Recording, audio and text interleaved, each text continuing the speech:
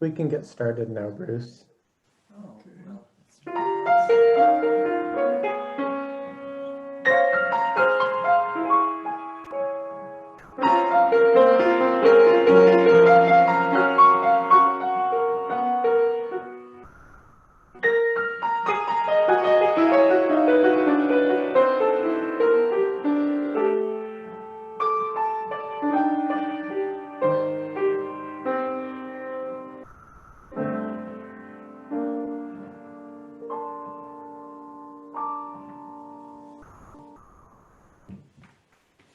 Hello, and welcome to this Sunday service of the First Unitarian Church of Des Moines. My name is Birch Spick. My pronouns are they, them, and theirs. I'm a member of this congregation's celebrant team, and I'm offering you this morning's service. Kelly Patterson is our celebrant this morning. Barb Martin is our song leader, and Bruce Martin is our pianist. For this coming week, Anne Maury is our pastoral care associate. Please talk with her if you have any need of support this week. Our service this morning is being recorded, and closed captioning is provided down at the bottom of your screen. This recording will be on our YouTube page and our congregation's website if you'd like to go back and view it later. Let's pause as we begin this service to acknowledge the Indigenous land we occupy, no matter where or how we gather.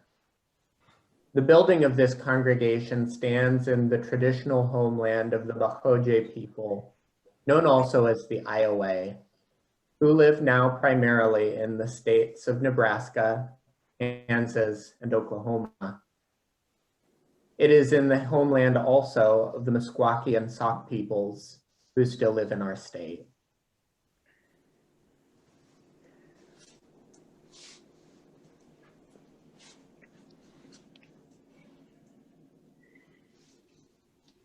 This service is about darkness. When we're faced with this, many may think of it as something spooky or foreboding, or maybe just uncomfortable. But darkness is more than we can make it out to be and is a part of our lives whether we like it or not. Right now, the natural world is more quickly turning toward the short days and long nights of midwinter. Even with sunny late autumn days like we've had lately, it's easy to get resentful of the growing dark and cold.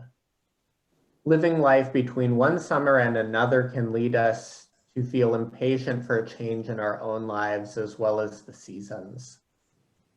I'm convinced, though, that every season has lessons we can learn from it.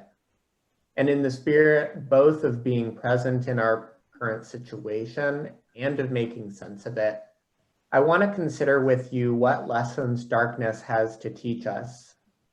I want to consider what it can teach us about rest, refocus, and fortification. I invite you to reflect on this as we consider our opening words from a 2015 article by Liz Fisher. Dark times are also times of rest. To endarken is to bring fullness to life that is missing when we are in perpetual motion. Too often in our hyperactivity, we perceive the dark, non-structured, or undirected mindset as depression. When we are going through a necessary time of inactivity, we panic. Rather than allow ourselves, our deeper selves, sometimes called the unconscious, to do its work in the absence of conscious processing. Our chalice lighting reading this morning is from Embrace the Night by Jennifer Grayson. Universal mystery, guide us away from the desire to shine light in all the corners. Teach us to embrace the night, for without the darkness, we never see the stars. In the light of this chalice, may we remember that light is not the only comfort, nor the only teacher.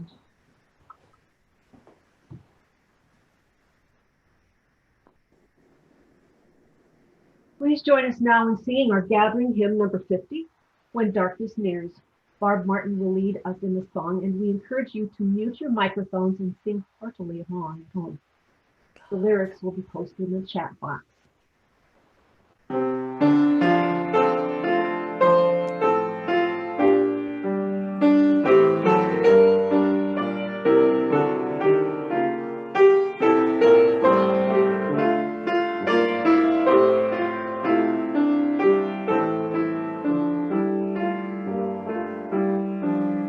When darkness nears and embers die, the wind in trees a distant sigh, the end of day like a lover's voice nearby. The night draws close, a fond embrace, the heart then slows its frantic pace, and fear drifts off as a calm breath takes its place. The cradle of a velvet wing, it holds us in its gentle swing. The peace slips in with the songs our dreams will sing. The end of day, a passing year, the rush of time need cause no fear.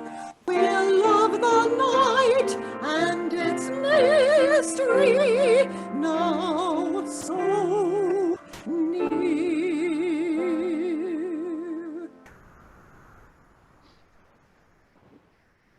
Good morning, everyone. My name is Kelly Patterson. My pronouns are she, her, and hers, and I'm the celebrant for this morning's service. Whether you are here for the hour, for a lifetime, or somewhere in between, thank you for joining us in this community that grows together ethically and spiritually, serves justly, and loves radically.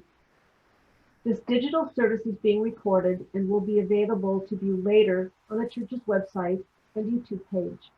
Feel free to keep your cameras on, but please keep your mics muted in consideration of one another. After the service, we'll sort out into breakout rooms for virtual coffee group for conversation, fellowship, and your favorite snack or drink, and we welcome you to turn your mics back on at that time.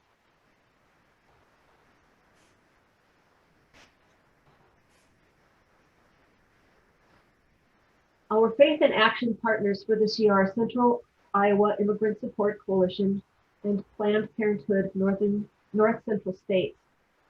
Central Iowa Immigrant Support Coalition is a group of advocacy organizations for immigrants in our area, and one of their member organizations is a longtime faith and action partner of ours, Al Exito, which in English means success. Al Exito's mission is to provide programming that builds the leadership potential of Latinx youth across the state through college preparation, career development, civic engagement, family support, and celebration of culture. Our faith and action partner, Planned Parenthood of North Central States, is committed to providing, promoting, and protecting reproductive and sexual health through high-quality care, education, and advocacy. In the month of October, our congregation raised $571 for each of these organizations. Thank you all for your commitment to supporting these agencies and the work they do in our community.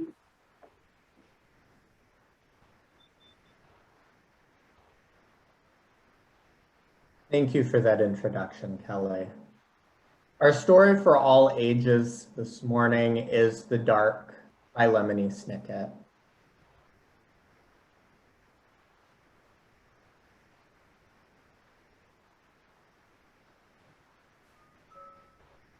The Dark by Lemony Snicket, illustrated by John Klassen.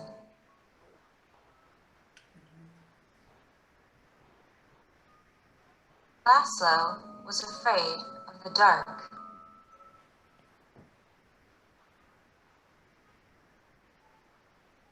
The dark lived in the same house as Laszlo, a big place with a creaky roof, smooth, cold windows, and several sets of stairs.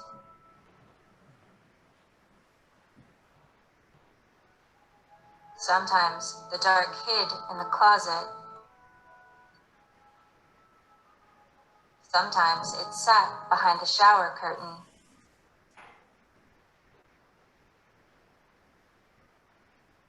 But mostly it spent its time in the basement. All day long, the dark would wait in a distant corner, far from the squeaks and rattles of the washing machine, pressed up against some old, damp boxes and a chest of drawers nobody ever opened.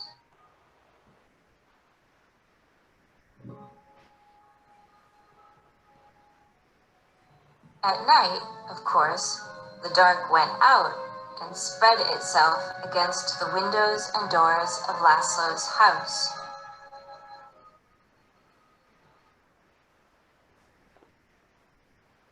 But in the morning, the dark would be back in the basement where it belonged.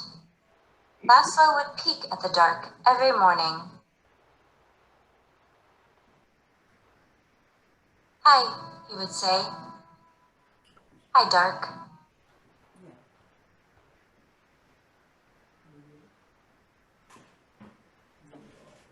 Laszlo thought that if he visited the dark in the dark's room, maybe the dark wouldn't come visit him in his room. But one night,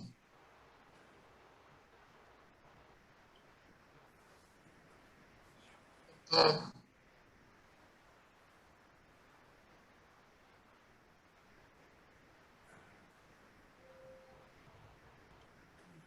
"Laszlo," it said in the dark.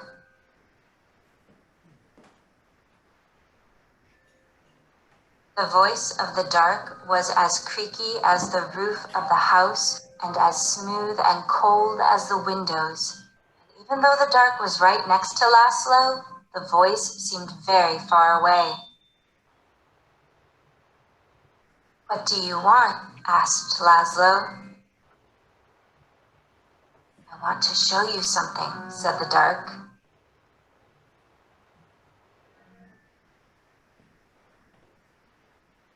"In here?" "No," said the dark.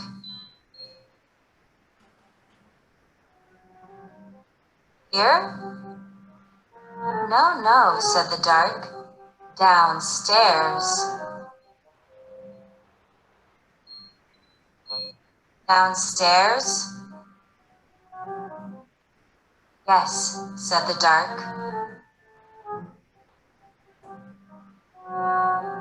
In Laszlo's living room was the biggest window in the house. Laszlo looked out at all the dark outside. Above him, the roof creaked, and he closed his eyes.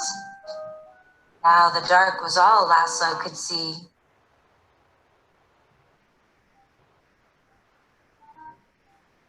"No, no," said the dark again. "Not there. Down here."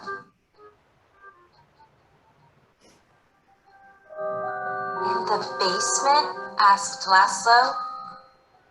"Yes," said the dark.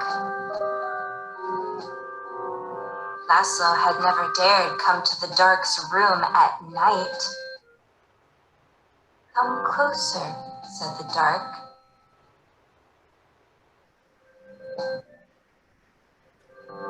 Laszlo came closer. "Even closer," said the dark.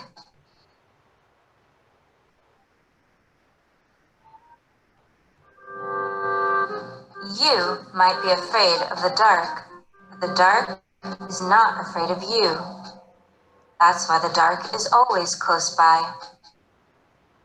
The dark peeks around the corner and waits behind the door, and you can see the dark up in the sky almost every night gazing down at you as you gaze up at the stars. Without a creaky roof, the rain would fall on your bed. And without a smooth, cold window, you could never see outside. And without a set of stairs, you could never go into the basement where the dark spends its time. Without a closet, you would have nowhere to put your shoes. And without a shower curtain, you would splash water all over the bathroom. And without the dark, everything would be light. And you would never know if you needed light bulb. Bottom drawer, said the dark. What? Bottom drawer, said the dark. Open the bottom drawer.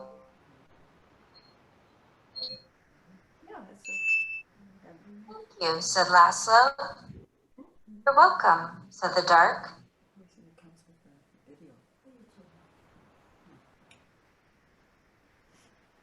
By the time Laszlo got back into bed, the dark was no longer in his room, except when he closed his eyes to go to sleep.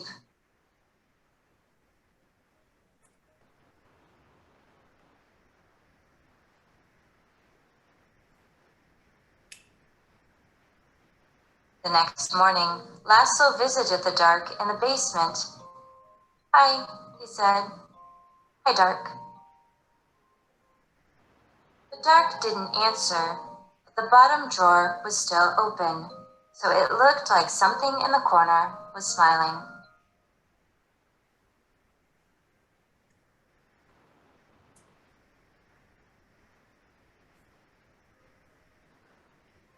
The dark kept on living with Laszlo, but it never bothered him again. The end.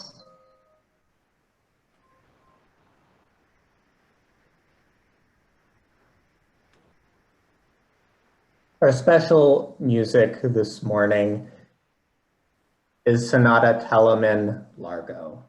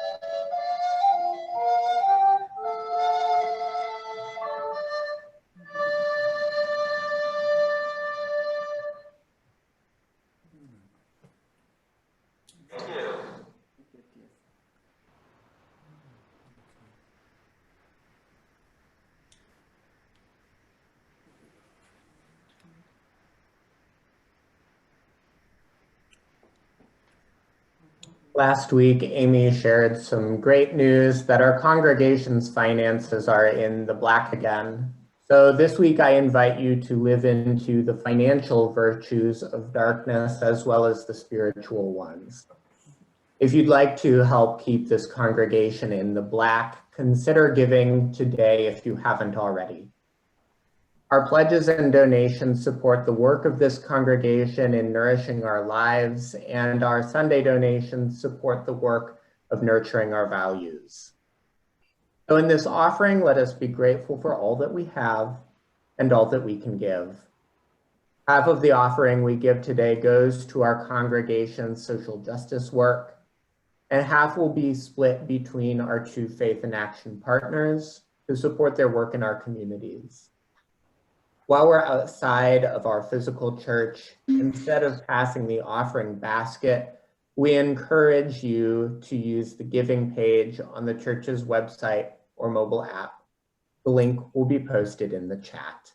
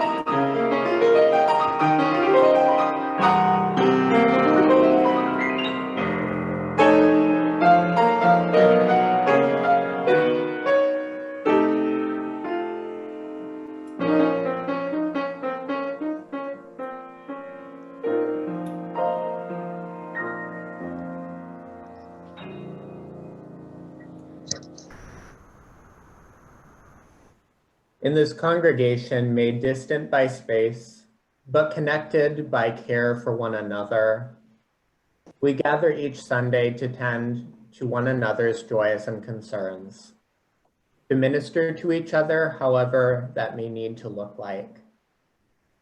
When we are together in person, we lift up the names of those people we hold in our minds and hearts, aloud or silently. If you are carrying someone in joy or concern this morning, you may share that in the chat box.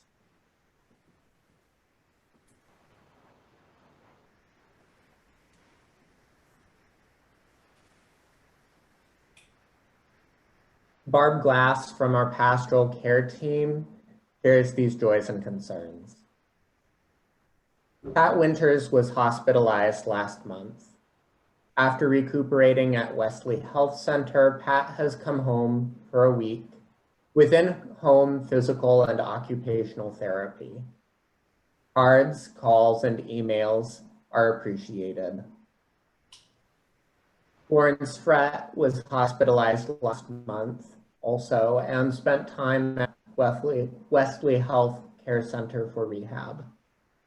She returned to her condo on November 27th and will move permanently to 3801 Grand Assisted Living on November 30th.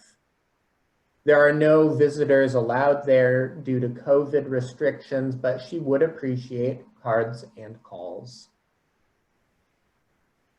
Carolyn Spencer from our Caring Ministry group also shares an update about Winnie Williams. As some of you heard last week, Winnie had become more symptomatic. He had COVID-19 and went into the hospital last Sunday, the 22nd. He continues to feel better each day, though. Please send healing wishes as she regains her strength.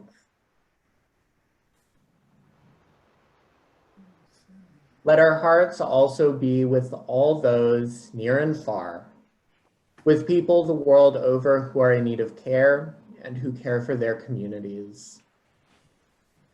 For people who work to meet the needs of their communities. For those continuing to speak and act out against injustice. For frontline workers and healthcare and service industries. For families and communities grieving the loss of loved ones. May we bear witness to atrocities that flash quickly before our eyes. May we bear witness to the struggles to overcome which we have not yet seen. When we gather together in our congregation's building, it is our tradition to light 3 candles. One for the joys and concerns we have shared, one for the names we have raised up, and one for all that remains unspoken but present here in our hearts. Outside of our building, gathered here together, we take a moment to honor these joys and sorrows.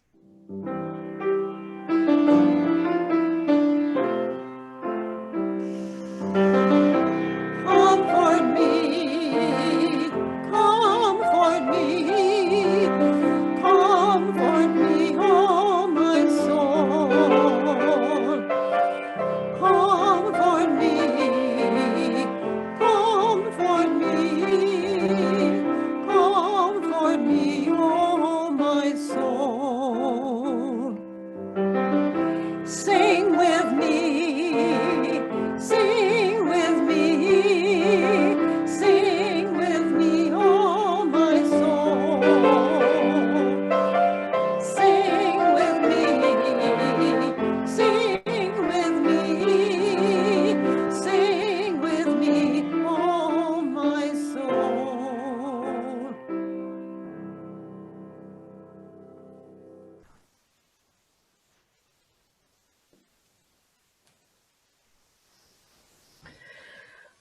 Our reading comes from a piece entitled Winter, A Season for Deepening by Macrina Wiederkehr. Although I love each of the seasons, I would have to say that winter is my 4th favorite. This should give you a little clue about my relationship with winter. The challenge of winter is how to go within without feeling locked in. Winter has much to teach us about the inner journey. It suggests a time of resting and deepening, a time to gather the resources needed in other seasons. Winter has a lovely way of calling us home to what is essential. Among those essentials is a simple act of waiting in trust and not trying to make anything happen. We can't lock out all the cold, unpleasant parts of winter or of life. If we try to do that, we will also lock out some of the beauty. We can, however, learn to let go some of our plans and practice receiving what just is. Winter, with its sensational kind of letting go, is a marvelous teacher and has secrets to share with us. Let the land, the trees, and the plants teach you that what you see at first glance is not the whole truth. Winter's first glance speaks of barrenness and emptiness, yet that very emptiness houses a lovely truth. Listen to the emptiness. Listen for the truth. Perhaps it was in one of Thomas Merton's moments of contemplating this hallowed emptiness that he wrote, "Love winter when the plant says nothing." The tree or plant in exile from spring's sweet breathing appears to say nothing. On the other hand, there is never a time when the plant says nothing. It hasn't lost its voice just because it isn't flowering or greening. Perhaps it depends on who is looking at the plant. For those who know how to see with the eyes of the soul and listen with the ear of the heart, even the barren plant speaks silent truths.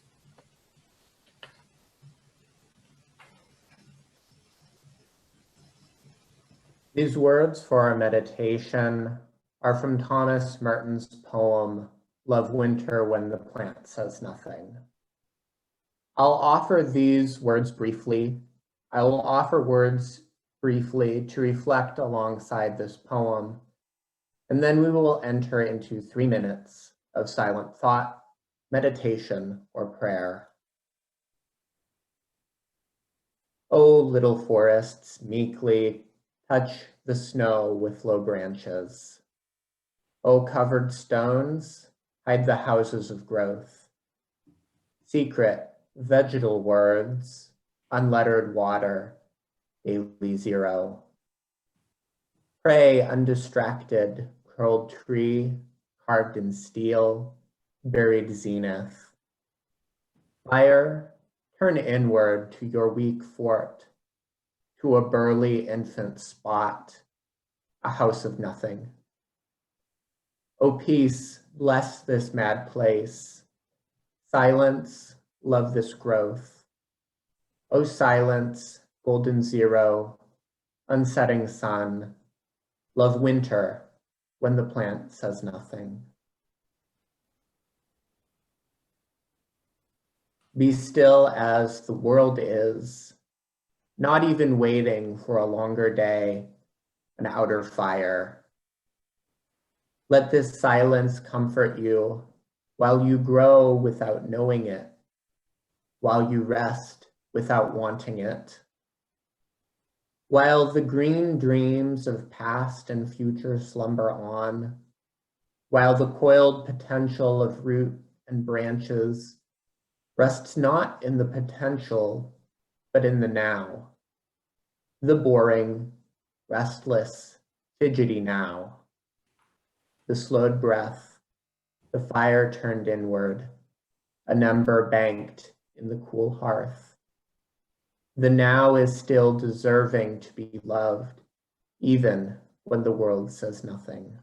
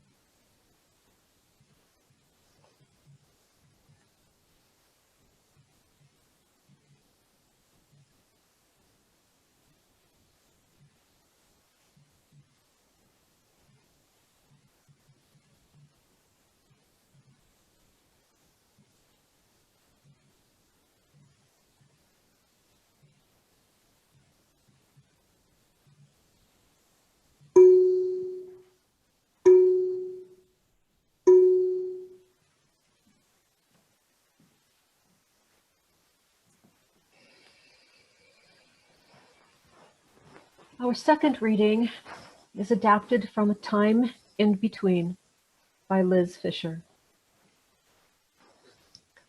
This time in between is ideal for gathering the power of our reflections on the year that is about to end, as well as shed light on the future. Remember, the dark is an intuitive and introspective stretch when we place down our roots for coming growth.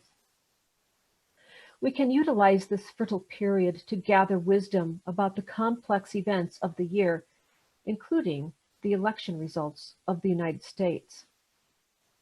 Uncertain about what is actually going to happen in the future has made some of us question whether our past actions made any difference. It is important now more than ever to acknowledge to ourselves and each other that over the last 50 years, social movements have enlarged options within the civil society of the United States. This advocacy has provided strength, connection with visions, community solidarity, and tangible adjustments to social policy. These movements have given us the ability to live fuller and more authentic lives. We must celebrate our victories. Even as we redouble our efforts to protect and expand our free and democratic society, we must value all that has been done up until now. Drawing strength from our own past efforts that have succeeded, we also need to recognize the significant contributions of those who have become ancestors. The time in between also has a much larger meaning. It calls upon us to use our imaginations, that magical ability to envision and travel to earlier epochs as well as the far future. What did our ancestors do at this time of year? This darkest phase will end soon. The winter solstice marks this conclusion and new beginning. Let us then take time to renew our creative abilities and ponder ways to embrace cooperative, organic, and just possibilities.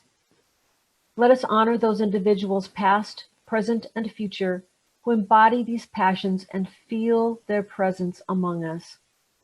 May we also respond to one another with the goodwill we feel, and let us continue to value our feelings of joie de vivre in the sacred season and into the future, whatever the challenges.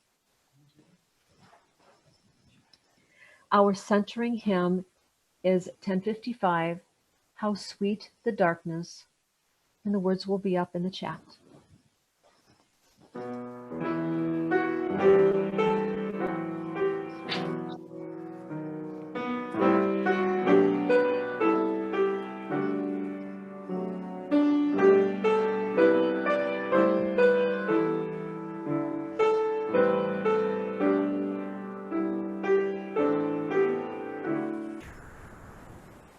When windows that are black and cold are lit anew with fires of gold, when dusk in quiet shall descend and darkness come, once more a friend.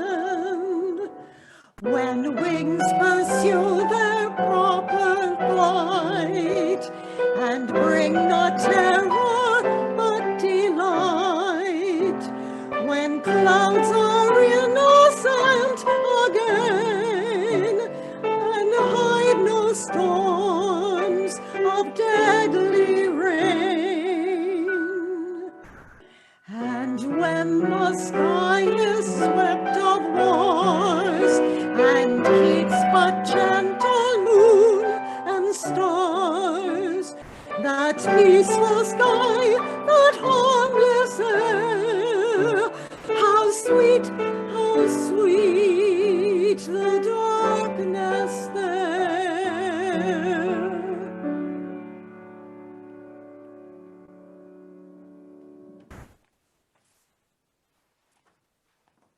As confusing as it might sound, this year is not a punishment.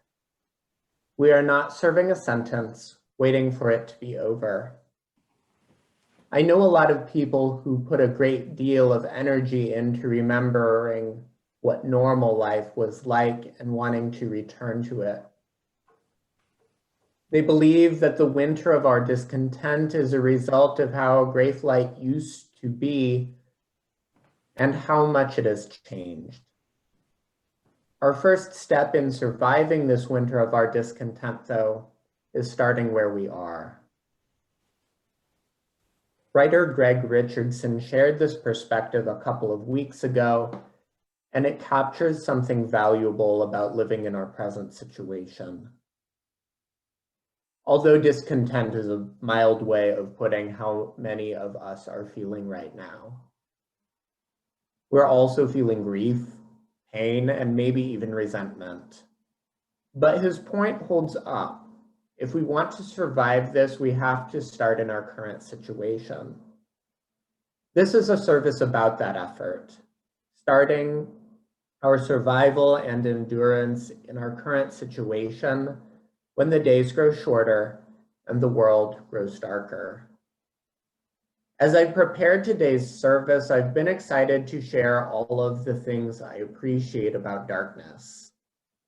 It's a spiritual theme I find a lot of strength and sustenance in, but the qualities of darkness that I find the most nourishing, like silence, stillness, and rest, are ones that we've been enduring for many months now. We've been in the dark for a while. But even now, approaching darkness does not mean embracing resignation. And as tired of the dark as some of us are, embracing darkness will not come effortlessly. If we're going to survive this winter by starting where we are, we have to cultivate new relationships with our situation. Approaching darkness with new eyes is, I think, one way of doing this. First, this will take us acknowledging what darkness has meant to us so far. Darkness is undervalued as a spiritual, and as far as spirituality and meaning making are concerned. The attitudes we find cast darkness as foreboding, heavy, or ominous. Instead of embracing it, we usually hold darkness to be a rhetorical tool to prop up other virtues. Darkness is supposed to be full of our worst fears, full of monsters, boogeymen, corruption of the human spirit. Here, it's the metaphorical opposite of what we strive to achieve. Or darkness is something we're told we must conquer so that it doesn't conquer us. It's a competitor. It's something to overcome on the road to enlightenment, salvation, or self-actualization. In its best treatment, darkness is often something to be endured and overcome. In these ways, any lessons we can learn are in spite of darkness, not because of it. Darkness, and especially the darkness of winter, can be boring too. If our favorite pleasures and pastimes involve being out in the warmth and light, then darkness limits the range of the things we enjoy doing. Macrina Wiederkehr begins the essay we heard for our first reading by reflecting on this. She talks about all of the things she loves doing in the rest of the year that winter prevents, especially being outside. In a similar way, darkness cuts into the time we spend doing the things we love outside and in the sunlight. Even when we're inside, our bodies and ambitions slow down as the night settles in. Shorter days can take more determination if we're fixed on the things we enjoy when the days are long and warm. Fixed in this way, we can resist finding pleasure or comfort in darker days. In our opening words, Liz Fisher talks about something similar to the boredom some people find in the dark.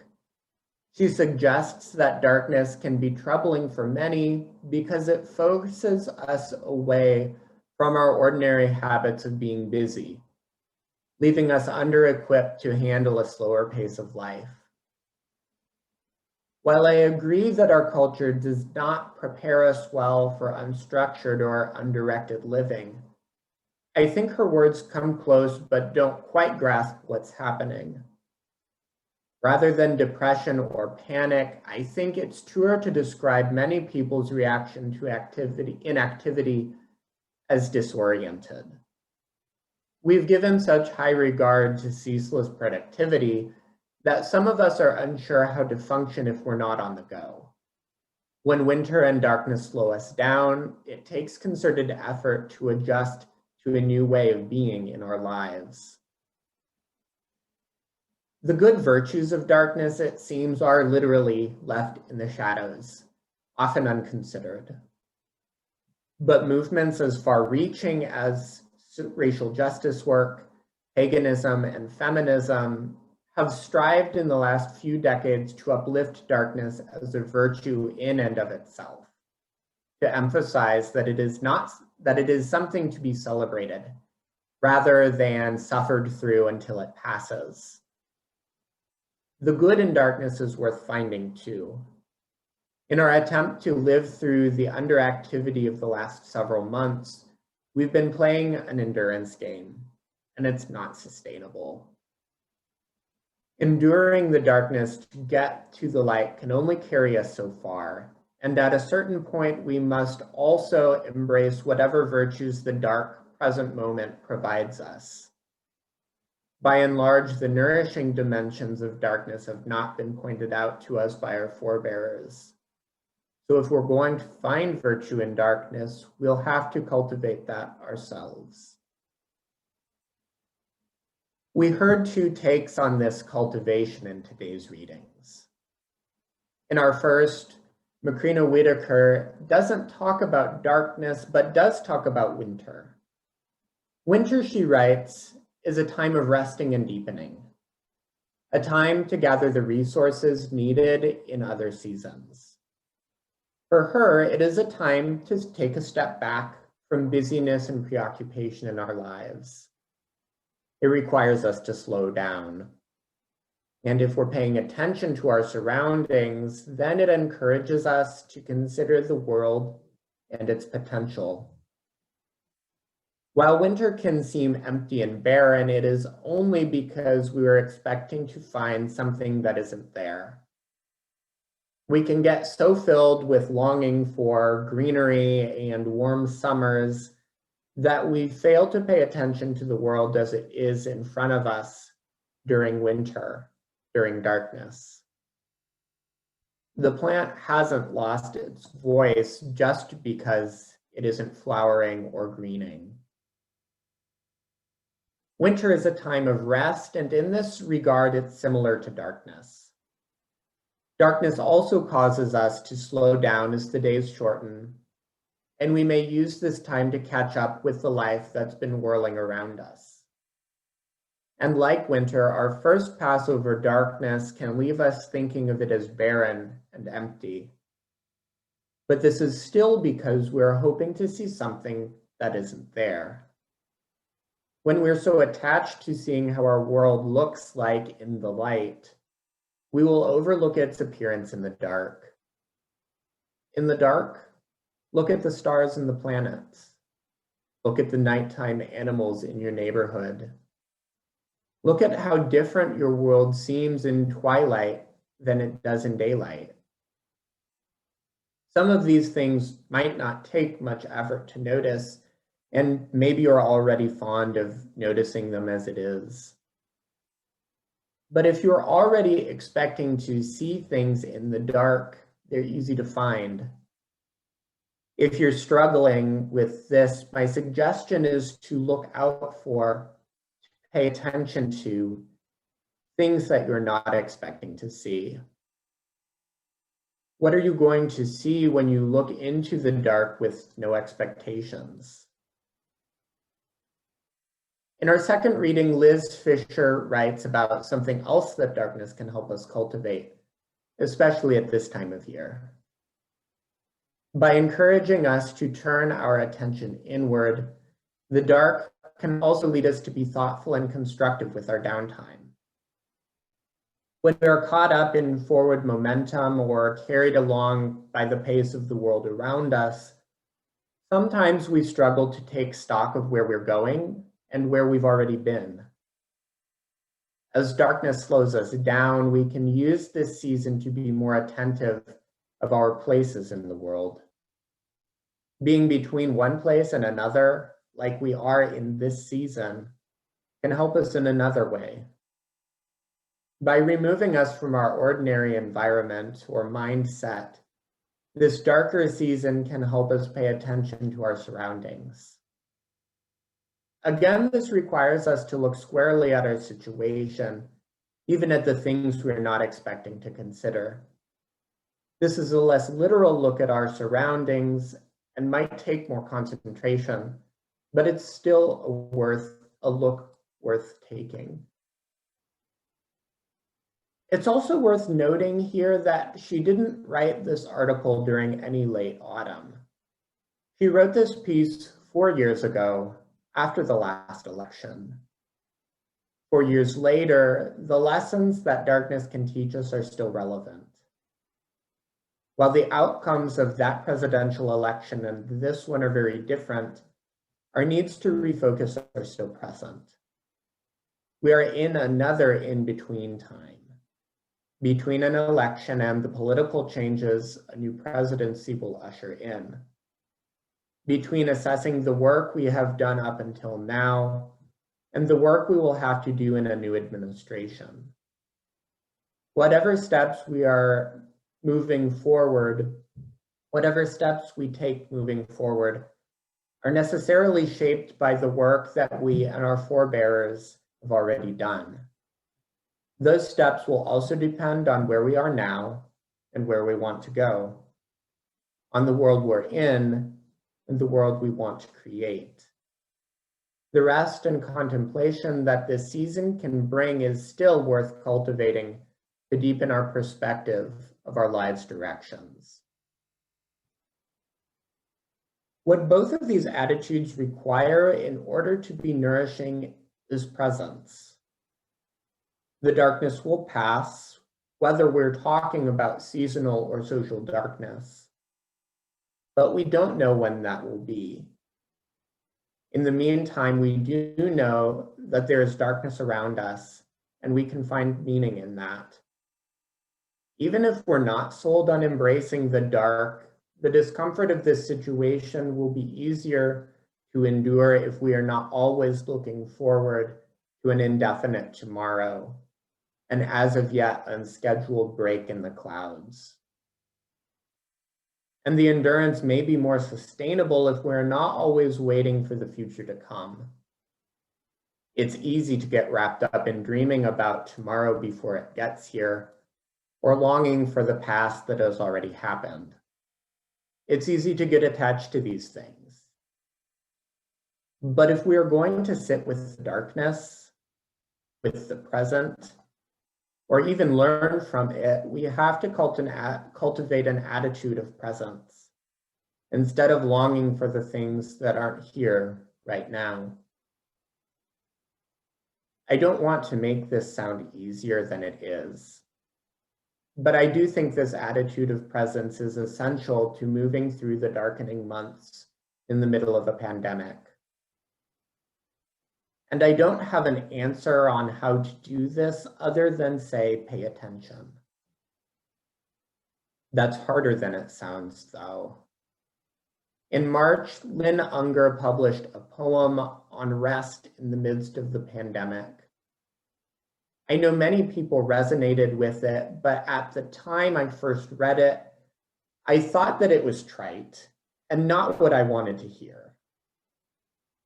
But as I was putting the service together, it crossed my mind again, and I feel closer to understanding its importance now.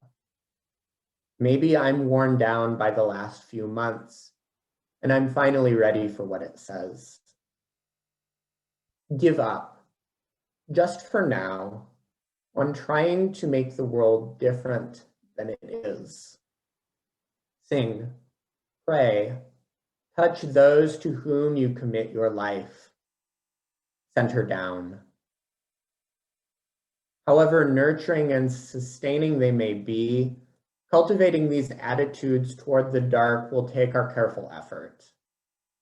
It has taken me most of the year to come back around to accepting and caring for this attitude of rest. It's not a perspective that necessarily comes easily unless you've worked on this sort of outlook before. That, though, is the purpose of cultivating a new relationship with darkness, rest, and refocus. Greg Richardson continues his article by saying this: I do not believe that the purpose of spiritual life is to rescue us from the winter of our discontent. It is not a way for us to escape difficulties or avoid challenges. Spiritual life is not a helicopter or a life jacket or a bulletproof vest. I believe spiritual life is not a way out of this mess, but a way through. My experience of spiritual life is not a ladder I can climb to get away, but someone with me in the middle of the winter. Creating new outlooks isn't about escaping our surroundings, but by paying attention to them. Surviving this winter may require that we tend to the darkness, cultivate it, find our place in it. To love it when it says nothing, when it says something other than what we wanted. Our closing hymn is number 1015, I Know I Can, and I will post the lyrics in the chat shortly.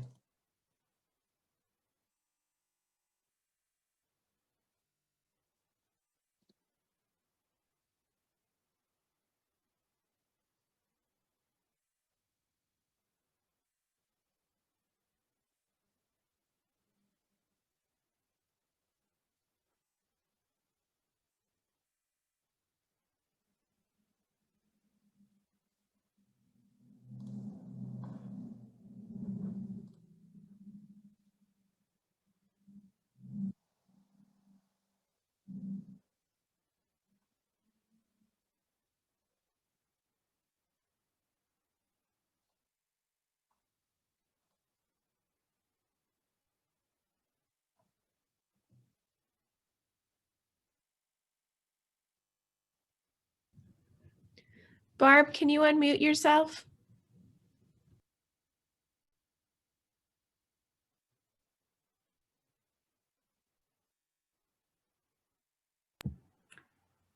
Hey, I've sent her a message to let her know that she's muted. Sorry.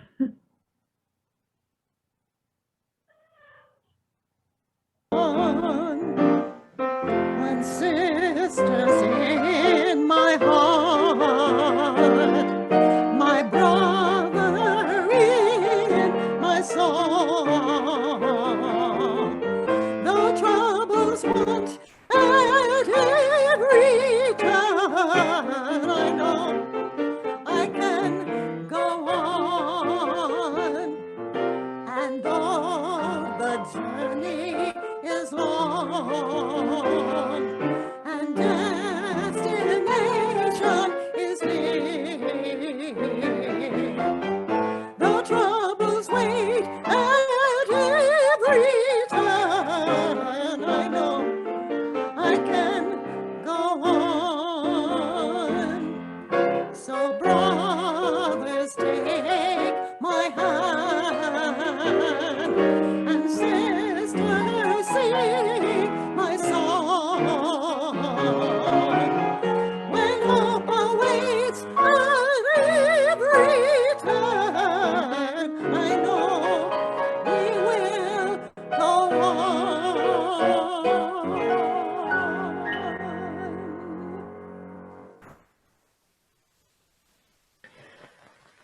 Our closing words today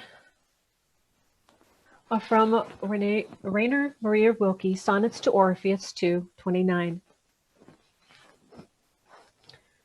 Quiet friend who has come so far, feel how your breathing makes more space around you. Let this darkness be a bell tower, and you the bell. As you ring, what batters you becomes your strength. Move back and forth into the change. What is it like, such intensity of pain? If the drink is bitter, turn yourself to wine. In this uncontainable night, be the mystery at the crossroads of your senses, the meaning discovered there. And if the world has ceased to hear you, say to the silent earth, I flow. To the rushing water speak, I am. We extinguish this chalice, cup its light to our hearts, so that we may see the darkness more clearly. Let us go forth into our lives this way. In the coming days and weeks, may we remember rest. May we remember focus. May we remember the lessons the dark has to teach us. This service has ended, but our lives continue. Peace, amen, and may it